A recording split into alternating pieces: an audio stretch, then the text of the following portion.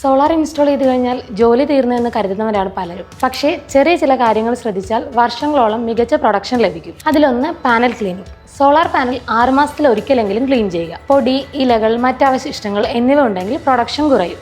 Solar panel clean ചെയ്യേണ്ട സമയം രാവിലെ 7 മണിക്ക് മുൻപോ വൈകിട്ട് 6 മണിക്കോ ശേഷമോ ആയിരിക്കണം. കാരണം ചൂടുള്ള പാനലിലേക്ക് തണുത്ത വെള്ളം ഒഴിച്ചാൽ തെർമൽ ഷോക്ക് ഉണ്ടാകാൻ സാധ്യതയുണ്ട്.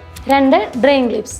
പലർക്കും അറിയാത്ത ചെറിയ ആക്സസറിയാണ് ഡ്രെയിൻ ക്ലിപ്സ്. മഴവെള്ളം പാനലിന്റെ ഫ്രെയിമിൽ കെട്ടി നിൽക്കാതെ പുറത്തേക്ക് പോകാൻ ഇത് സഹായിക്കും.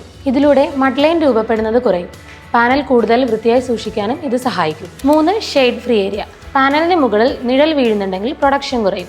അതിനാൽ മരങ്ങളുടെ ശാഖകൾ സമയാസമയം വെട്ടിമാറ്റുക. 4. Production concern. ചൂട് കൂടിയാൽ കൂടുതൽ പ്രൊഡക്ഷൻ കിട്ടുമോ എന്നത് എല്ലാവരുടെയും ഒരു പ്രധാന കൺസേൺ ആണ്. നല്ല പ്രൊഡക്ഷൻ കിട്ടാൻ നല്ല സൂര്യപ്രകാശമാണ് ആവശ്യം. അമിതമായ ചൂട് പാനലിന്റെ കാര്യക്ഷമത കുറയ്ക്കും. 5. Inverter side.